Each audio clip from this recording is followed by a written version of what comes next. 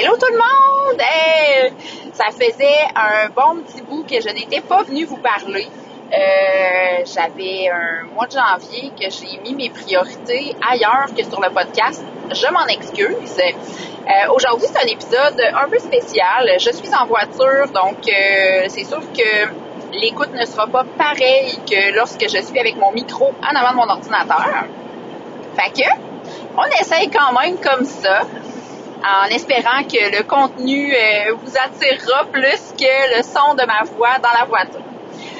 Aujourd'hui, j'ai envie qu'on discute de plein de choses, mais tout d'abord de risques financiers. On s'en vient vers le temps des impôts.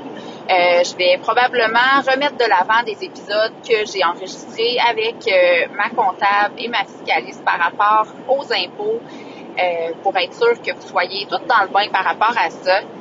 Mais j'ai envie qu'on parle plus précisément de comment on fait pour savoir si on doit faire un investissement pour de la visibilité ou pour s'aider à avancer dans notre entreprise.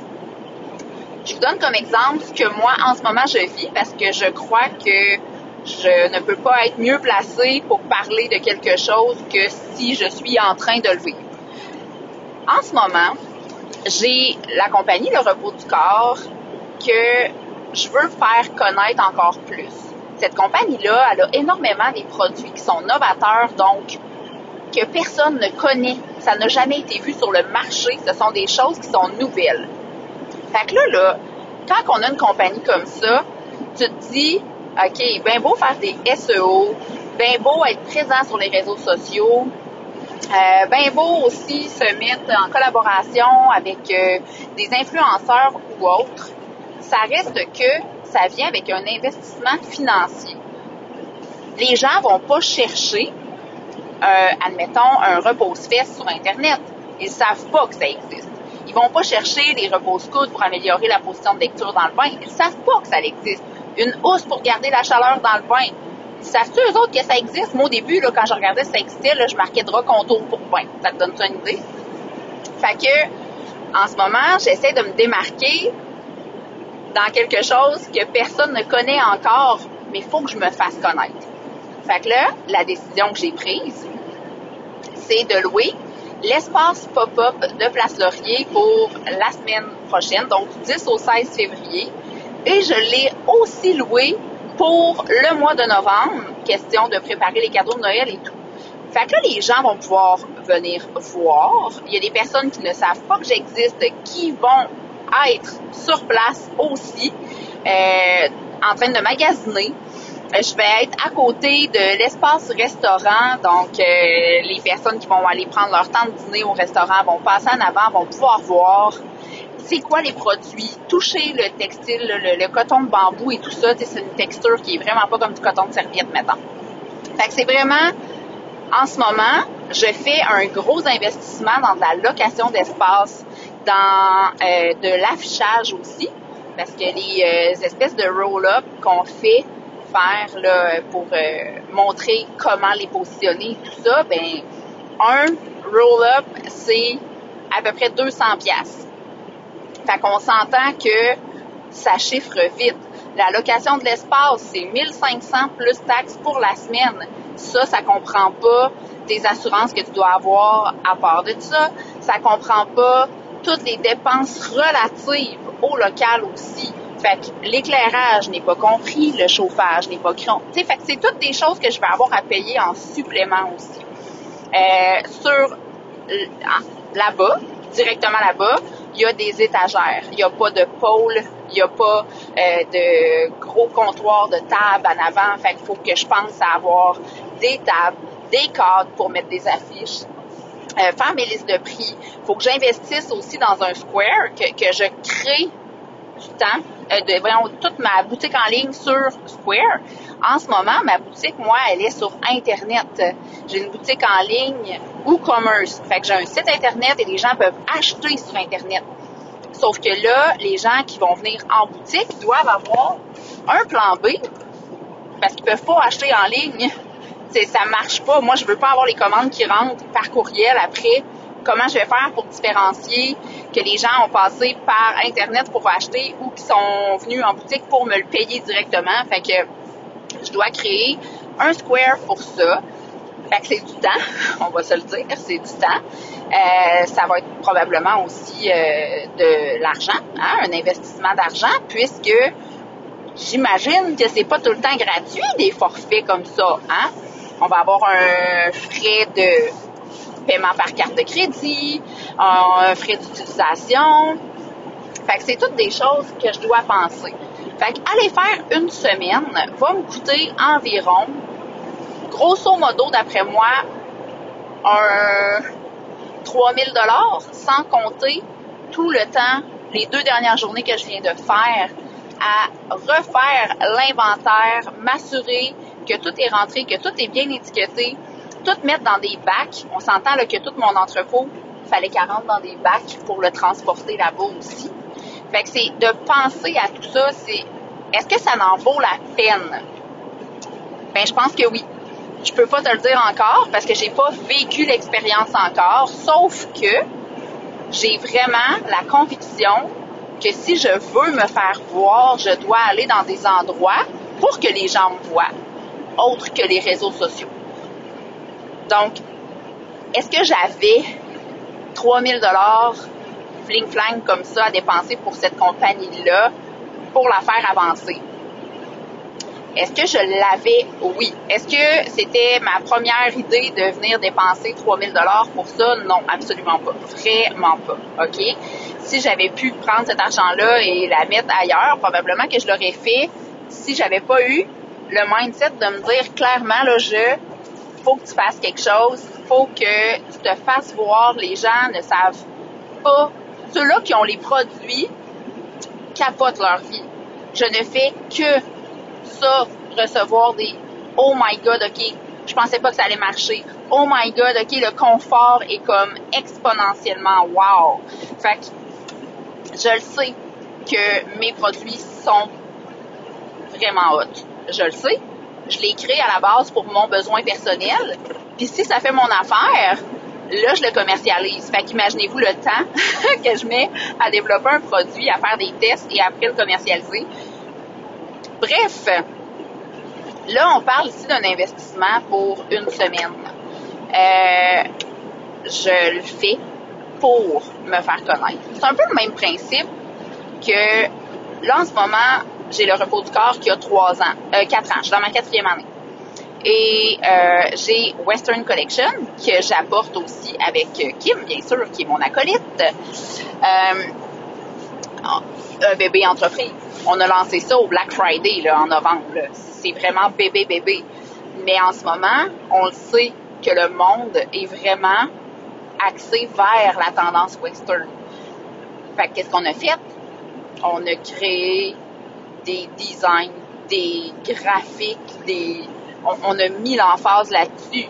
Fait qu'on l'apporte aussi pour que les gens connaissent. On va également, avec Western Collection, aller se louer des espaces dans les festivals western cet été pour se faire connaître. On va donner des vêtements pour commanditer des vêtements et des accessoires pour la monte à des personnes qui vont aller faire des rodéos pour que les gens les voient. Tu sais, je veux dire, c'est comment que tu penses pouvoir te faire voir gratuitement dans le temps d'aujourd'hui avec les réseaux sociaux que les gens sont tellement rendus là-dessus. On a tellement de concurrence sur les réseaux sociaux que même si tu as un produit qui n'existe pas, tu as quand même de la concurrence pour ta visibilité. C'est vraiment difficile.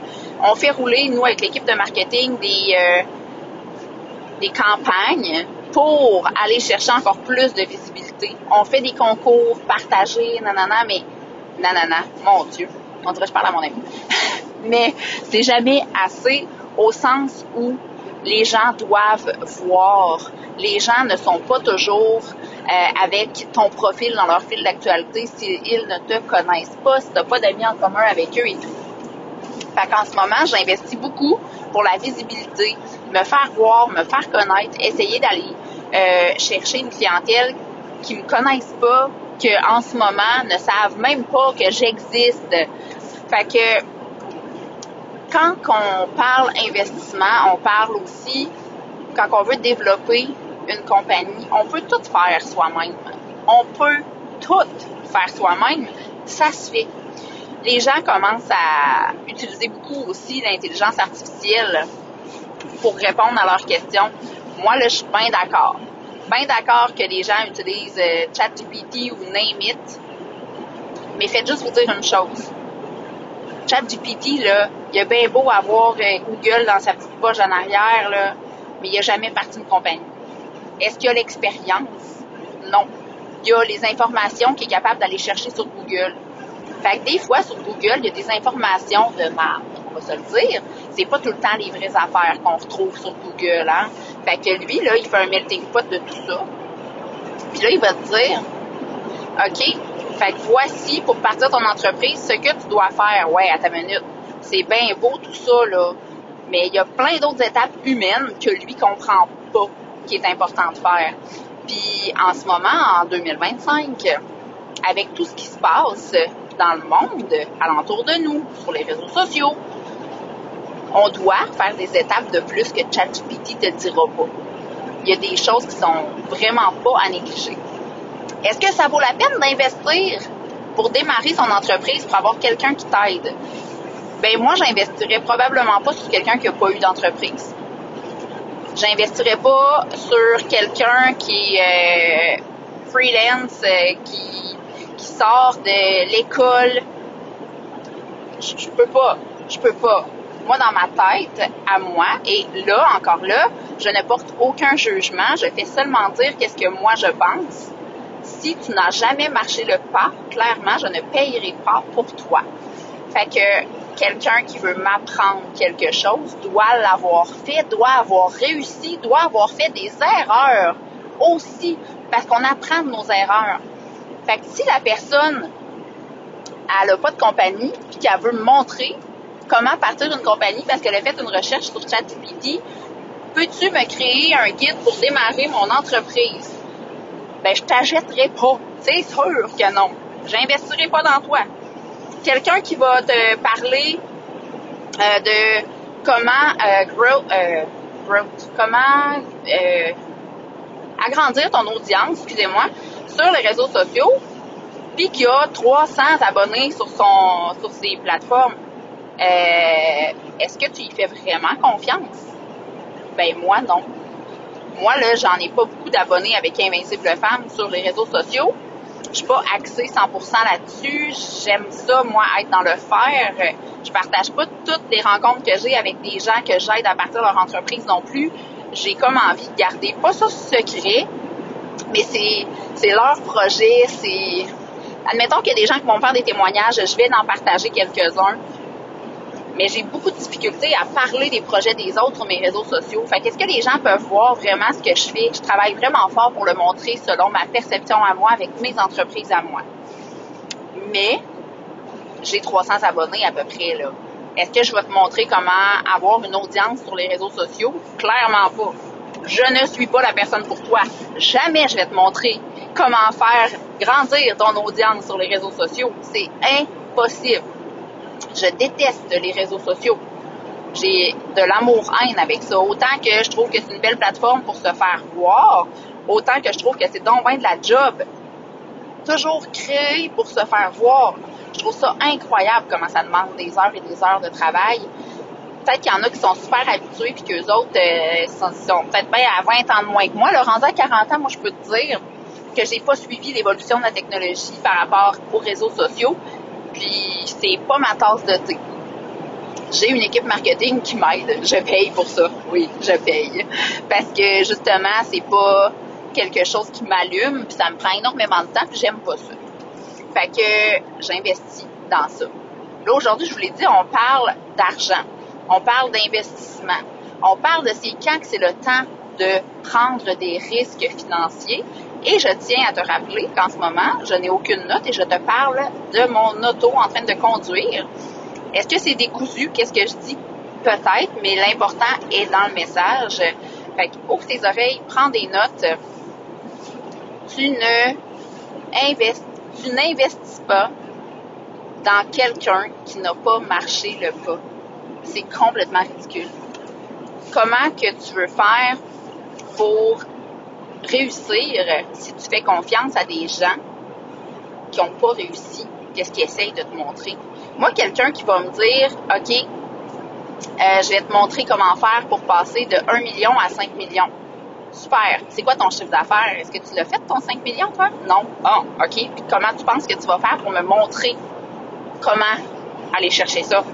Je suis un peu curieuse de voir ta méthode. Si tu l'as appliquée, tu serais censé normalement avoir ce montant d'argent-là dans tes chiffres, t'sais. Fait que moi, en ce moment, là, j'ai parti ma 4e compagnie en 2024.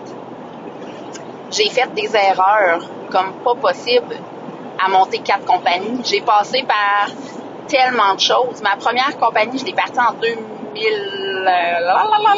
2012, je crois. Fait que j'en ai vu des vertes, j'en ai vu des pas mûres. Je suis mentorée à chaque fois que je pars une compagnie. Mais j'ai le mentor depuis 2012. Direct, quand j'ai voulu avoir ma première entreprise, j'étais allée me chercher de l'aide. J'avais jamais fait ça de ma vie. J'avais pas envie de faire des erreurs de débutant. J'avais pas envie que ça me prenne des millions d'années pour faire mon projet. J'avais envie de starter ça legit et surtout bien commencer ça. J'avais vraiment envie que ce soit on fire. Fait que j'ai décidé d'aller chercher quelqu'un qui avait déjà une compagnie, qui faisait du mentorat et qui allait pouvoir m'aider à voir des choses que moi, je pouvais pas voir de mes yeux et de mon cerveau parce que je l'avais jamais vécu. Voilà l'importance de regarder avec qui on travaille. Est-ce que la personne va t'aider ou elle va apprendre en même temps que toi? Pas ça le but. Fait que bref, avec le repos du corps, j'ai décidé d'investir une bonne somme d'argent pour me faire voir la semaine prochaine, pour que les gens viennent qu'à me connaître davantage. Je vais avoir une autre semaine en novembre. Je vais probablement aussi aller faire des salons à Montréal, des salons à Sherbrooke. Je vais essayer de me promener un peu dans le Québec pour me faire voir davantage, car j'ai clairement vu, excusez-moi, mais j'ai vraiment, en ce moment, j'ai vu que les réseaux sociaux, ça a bien beau être super comme plateforme d'avoir ça à notre possession, à portée de main, mais ce n'est pas magique. Les gens qui disent que c'est facile sur les réseaux sociaux, ils ont probablement commencé avant 2025. C'est plate, là, mais le repos du corps, j'ai commencé sur Facebook en 2021, si ma mémoire est bonne, et j'ai beaucoup plus de followers sur Facebook en 2021 que lorsque j'ai ouvert ma page Instagram, beaucoup plus tard, du repos du corps, qui a à peu près aussi 300 abonnés. Je veux dire, maintenant, les gens ils ont tellement d'opportunités d'aimer des pages. Les réseaux sociaux, c'est rendu une plateforme de divertissement. Fait que si tu veux te divertir, tu t'en vas voir ça. Fait que si moi, je vends des produits, je vends quelque chose qui est un produit et non un service, je sais pas, là, mais il y a comme un petit problème, là. Ça marche pas. C'est super, je vais vraiment me forcer très fort, mais le résultat ne sera pas le même que si je me déplace à des endroits et que les gens me voient et que les gens me parlent. Donc, voilà, j'investis pour ça. Je vais investir pour Western Collection aussi. En ce moment, ceux qui ne le savent pas, moi, j'ai mon cours en design de mode. Fait que faire du patronage, faire du moulage et développement, faire de la création, de la couture, c'est tout dans ma cour. Je suis capable de le faire. J'ai les connaissances pour le faire. Je l'ai déjà fait. J'ai étudié là-dedans aussi. Mais je ne suis pas rentable à le faire. Je n'ai pas le temps nécessaire à mettre là-dedans. Fait que j'ai quelqu'un qui le fait pour moi. Est-ce que j'investis? Absolument. J'investis dans quelqu'un qui a la connaissance et que c'est son métier. Est-ce que c'est un bon investissement? Je te comprends donc que c'est un bon investissement. Fait que c'est toujours pourquoi j'investis mon argent, c'est quoi la raison vraiment en arrière de ça.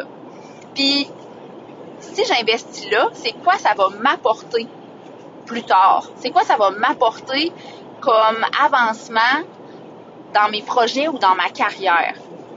Si j'investis dans quelque chose qui ne m'apportera rien, clairement, je le ferai pas. J'investis pour le marketing parce que j'aime pas faire les réseaux sociaux. J'investis dans la personne qui fait ma comptabilité. Je déteste faire de la comptabilité. J'investis pour faire voir mes produits davantage en personne parce que je veux que ma compagnie fonctionne. Puis je le sais. On l'a vu, ça a été prouvé. Il y a plein de monde que je connais qui ont des produits en vente et que c'est en faisant des salons que la différence s'est faite instantanément. Pas un petit salon de quartier, là, des gros salons. Le salon de la femme, le salon de l'habitation, des salons, des gros, là. Fait que c'est sûr que si tu habites à Saint-Clinclin, loin, puis que tu décides de faire un salon par année, puis que c'est dans ton village, clairement, les gens de ton village savent probablement tous déjà c'est quoi tu fais. Fait que si tu veux te faire connaître, sorry, mais tu fais pas bien ça, là. C'est super cool, là, mais tu fais pas bien ça. Fait que, ça ressemble à ça. Ça ressemble à ça. Comment savoir si j'investis intelligemment? Ben, pose-toi des questions. Ça m'apporte quoi? Puis, est-ce que c'est nécessaire dans ma vie? Dans mon avancement professionnel ou personnel? Moi, clairement, je sais maintenant que quand j'investis, je le fais pour une raison. Je ne m'investirai pas dans quelque chose en temps ou en argent si ce n'est pas bénéfique pour moi. Je ne suis plus là. C'est fini. Elle fait finito. Fait que je vous souhaite à tous une merveilleuse journée. C'était très court. C'était seulement pour vous faire un petit coucou. Ça faisait longtemps. J'avais envie de venir vous parler. Il y a plein de belles choses qui se passent dans ma vie. Là. Je vais venir vous faire plusieurs autres épisodes. Et je tiens à dire que lorsqu'on investit dans quelque chose qui est par rapport à une entreprise, ça va dans vos rapports d'impôts, gang. Déductible d'impôts. Déductible d'impôts. Si tu es inscrit aux taxes, déductible pour les taxes aussi. Fait que l'investissement te fait gagner de la rapidité dans ton projet, te fait gagner également probablement plus d'argent à court terme et ça descend ton chiffre d'affaires puisque c'est une dépense. Fait que tu perds pas grand-chose à payer quelqu'un pour t'aider à faire les choses qui ne sont pas optimales pour toi ou que tu ne connais pas assez encore. Bref, à tous, je vous souhaite une magnifique journée, un beau 5 février. Puis si le cœur t'en dit, viens me faire un petit coucou à la Place Laurier, l'espace pop-up du 10 au 16 février. Je serai là avec le repos du corps et Western Collection. T'es vraiment pas prêt? Ça va sentir bon dans cet espace-là. Bye!